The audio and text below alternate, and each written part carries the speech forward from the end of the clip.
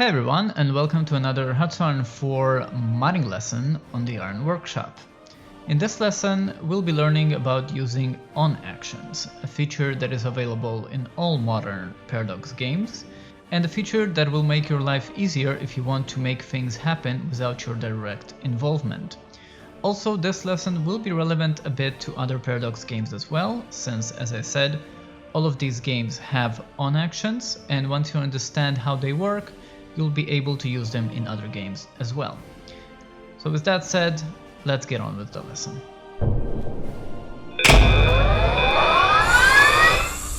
Now before we start any kind of actual modding and writing code, I would like to talk about some of the advantages and disadvantages of on actions. It's quite important that you understand these before you start using on actions, since if you use them incorrectly or without understanding what you're doing, things can actually get quite chaotic. So let's see the advantages. So first of all, on actions are in general very performance friendly. That means that they're only triggered once certain things are done in the game. For example, when a country is annexed, or when a puppet is released, or maybe something that's supposed to happen right at the start of the game, and that's it. So it's not like events or decisions or other elements of the game which it has to monitor all the time to see if they should fire. These things are only called once something happens in the game, so performance is very good on these. Now, this is a general rule, but there are some on actions which can actually work all the time, and these on actions are actually quite resource intensive, and you need to be very careful when you use them, otherwise your mod may actually slow down the game quite significantly. The second advantage is that with on actions you can make things happen in the game without the direct involvement of the player. And that actually increases immersion quite a lot, right? So when things are happening in the game without the player actually having something to do with them directly, that can really increase the immersion and make the game world feel more alive, and that things are actually going on even if the player is not directly involved. Now let's talk about some disadvantages of on actions. So the first one is that testing them requires creating conditions for the on action to fire. For example, there is an on action which is performed at the start of the game, and in order for you to test it properly and to make sure that it works, that means that you will need to start a new game every time you want to test this on action. Now, it doesn't mean that you need to completely close the game. You will just need to go back to the main menu, go back into the bookmark, select a country, start your game, and then test the on action. So that can be a little bit cumbersome. Also with other things like releasing puppets, things like that, of course, all of these things will have to happen in order for the on action to fire. So you will need to create the conditions for the on action to work. The other disadvantage, and this is of course depends a lot on your concentration, on how you implemented the on action, and just maybe sometimes being unlucky or missing something. Wrong implementation of an on action can actually cause significant issues with the game and can even make it crash. So as I said before, you do need to be careful about how you implement on actions, because it's a very powerful tool to use, but it can also have some pretty nasty side effects if used incorrectly. Another thing that I want to talk about is some of the basics of on actions. These are also things that you should be aware of before we start actually creating these on actions. Is first of all that most on actions run on all countries unless conditioned otherwise. That means that, for example, if you created an on action without limiting it to a certain country or a certain state or a unit leader, then the on action will have effects on all of these at once. So you need to be very careful when you do this. And of course, the more elements that the on action has to engage with or do an effect on, then the more performance heavy the on action will be. So be sure to implement the on action properly. The next thing is that some have unique scoping, for example the on annex on action. That means that when you implement this particular on action, you need to be mindful of the scoping, because there is the country that is annexing and there is the country that's being annexed. And if you want to have an effect on the one or the other, you need to pay attention exactly how you implement it. And this is something that I will be giving an example of, so you'll see exactly what I mean.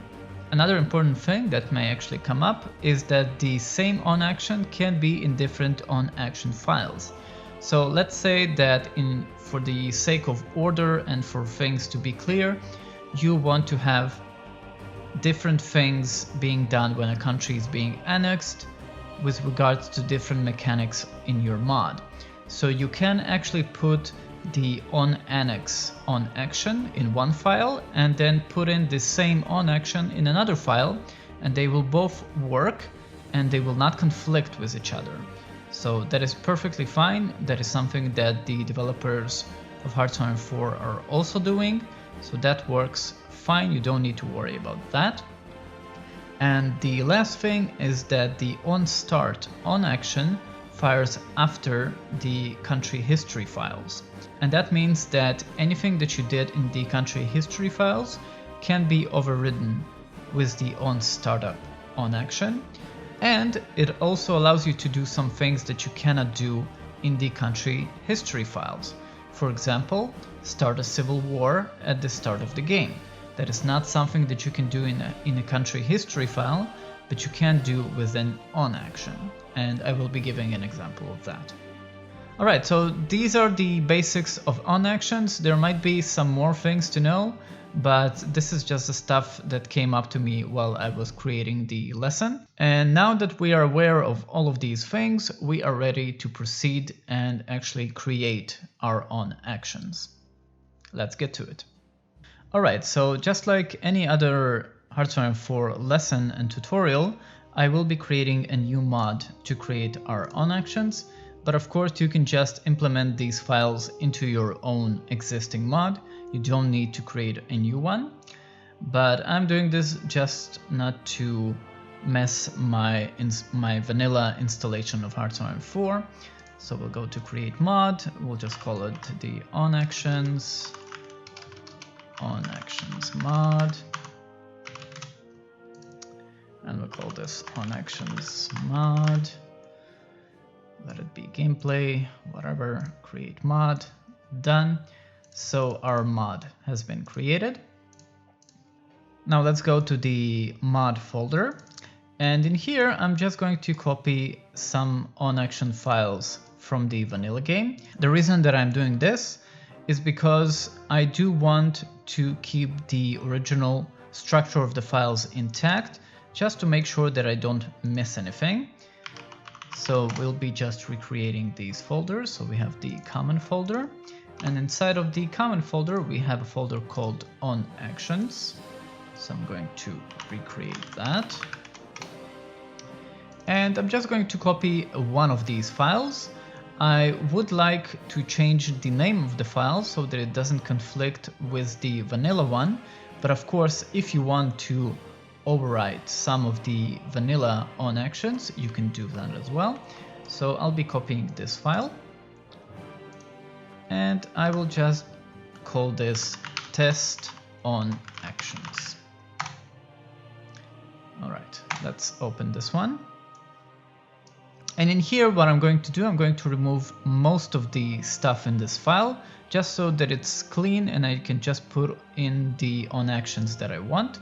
So I need to clear everything between this bracket and its closing bracket, which is just here at the end of the file. So I'm going to select all of this. I'll hold my shift key. There we go, just like that. Excellent. So every on actions file needs to start with this line, on actions. That's of course to tell the game that we are dealing with on actions. Next, we need to declare the on action that we are interested in. So I will start with the on start up on action. Now, I actually don't expect you to remember all of the on actions, and you will have a list of these in the description of this video. Obviously, you can also go into the vanilla files and look for the on actions there. But in the description of the video, I've placed some of the most common on actions so that you can interact with these and try things out. So now that we've declared our on action, we need to write this code effect. So this tells the game what's supposed to be happening with this on action. And in here, I'm just going to start a civil war as the game begins in the United States. So I'm going to put USA. I'm going to open some brackets. And in here, I'm going to put the Civil War code, which goes like this. So we will have a civil war with the communists in the United States as the game begins. And that is it. That is all you need to do in order to create a very basic on action. So now that we've created it, let's just go into the game and make sure that it works. Of course, you need to remember to enable the mod after you've created it. Otherwise, you will not see the effects of your on action. It's active. Excellent. So let's go into the game and see what happens. All right, so I'm going to start a new game. I can select the United States or I can select any other country. It doesn't really matter. And as you can see, right at the beginning, we have a civil war with the communist states of America. And that is because of the on action that we've added. Excellent. So let me just close this for now. Another on action that I want to give an example for is the on annex on action. And specifically for this one, I do want to go to the vanilla game folder and find it because there are some important comments there that I want you to see. So I'm going to open this file, 00 on actions from the vanilla game. I'm going to search for annex. All right, here it is, on annex. And I'm just going to copy these 3 lines like this. I'm going to go back to my file. I'm going to paste it like this. And I'm going to make sure to close these 2 brackets. So first one and second one. Just making sure that everything is closed. Excellent. Now, if we take a closer look at this file, you'll see that in here we have these scopes. So root is the winner and from is the country that gets annexed. This is very important if you want to apply effects on one or the other. Okay, so just as a testing thing, I'm not really going too in depth into this. What I want to do here is that I want to annex a country, and when that country is annexed, I want to get, let's say, 500 political power. Okay, so in here in effects, I'm going to type the following. Since I'm the country that's annexing, that means that I'm root, and from is the country that gets annexed. So me root add political power 500. Excellent. So what this means is that when I annex another country, I will get 500 political power. Obviously, you can go completely crazy with this and do some other wacky effects, like, for example, when one country annexes another country, you can start a civil war in that country, right? So this is really just wild ground for your imagination. But let's just go ahead and see if this works. So I'm going to start HOI4 again. Now, this is one of those areas where we get to one of the disadvantages of on actions. Obviously, when I'm going to start my game now, it can take quite a while until I actually annex another country, right? So how am I supposed to test this on action? Now, specifically with the on annex on action, it's actually not that complicated, since I can still use the game console to annex another country, and the game will still consider that as an annexation that's supposed to fire an on action. All right. Now, as you can see, our civil war is still here, but let's say that I want to annex Mexico. So I'm going to open the console. I'm going to type annex and the tag of Mexico, which is MEX. Now you see that currently my political power is 1, and if our on action works, I should get 500. So let's see. All right, so we've annexed Mexico and we now have 501 political power. So this is the magic of on actions. Now, as I said before, in the description of this video, you will find many other on actions that you can use in various situations in the game. And this list is not permanent, since with each DLC and sometimes even in patches, Paradox adds new on actions. So you may want to occasionally check if new ones have been added. Usually you will see them in the patch notes when those are released. So this is it about creating basic on actions. Now we'll be going into the extra syntax section of this video, where I will be showing you how you can make things a little bit more complex. So for those of you who are staying for the extra syntax, I will see you there in a few moments. For those of you who just want to rush and try the on actions, thank you very much for watching, and I will see you in the next video. Alright, so here we are at the extra syntax section of this video, and what we're going to do here, we're going to be talking a little bit about if statements, and I will show you exactly how to use them and how we can make on actions more interesting with them. So right now we have this on action that starts civil war in the United States. And I want to make it more interesting. I want the civil war to start only if I am playing Germany. So I'll have to add an if statement here, so that if I am playing Germany, one thing will happen. If I'm not playing Germany, something else will happen, or maybe nothing will happen, right? So what I'm going to do here, I'm going to go into my effect. I'm going to add a new line, and I'm going to type if equals new brackets. So this is an if statement, and inside of the if statement I need to declare its conditions. What will make this if statement work or not work? So I'm going to type limit. I'm going to open new brackets just like this, and in here I'm going to type the following: Germany, that is the tag for Germany. Going to open new brackets, is AI no.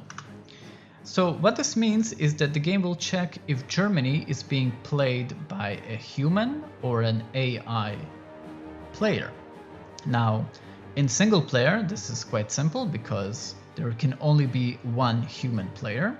So if Germany is a human player, then we will have civil war in the United States.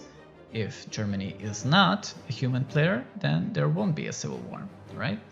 So this is all I need to do with my if statement. But another thing that we have to do is to move our effect, right? So this is the effect, this is what's supposed to happen.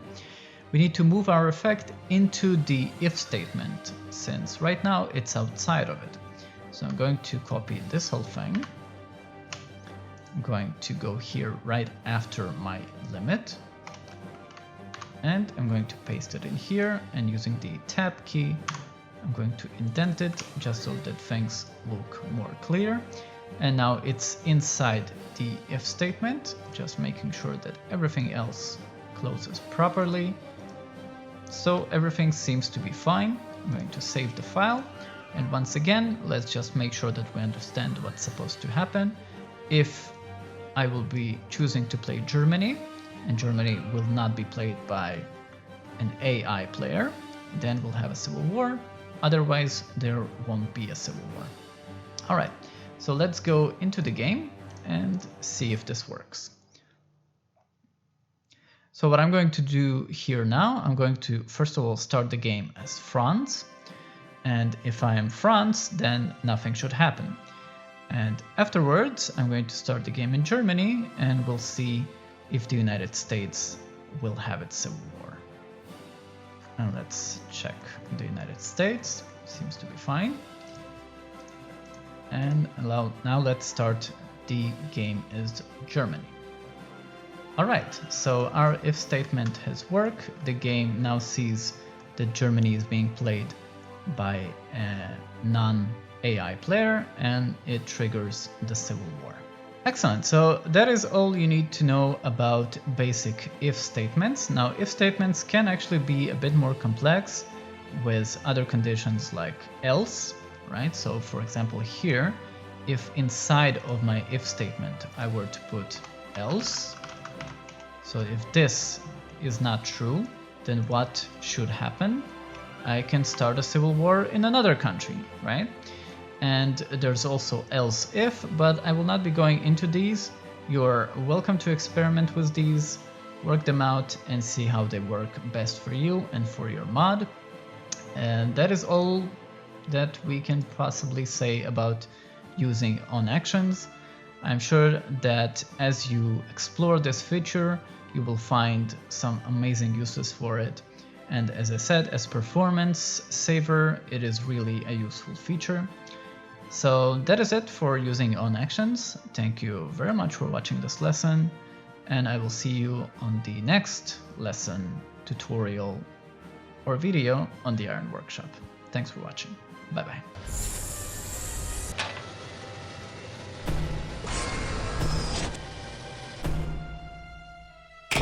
Thanks for watching this video. If you enjoyed it, give it a like. The algorithm and me will be very happy. Here are more videos I make. If you like my stuff, consider subscribing to be notified when new content is available. The Iron Workshop lives and thrives thanks to the continued support of my Patreons. If you're willing and able, you can support me on Patreon for just $1 and get access to exclusive and early content. See you around.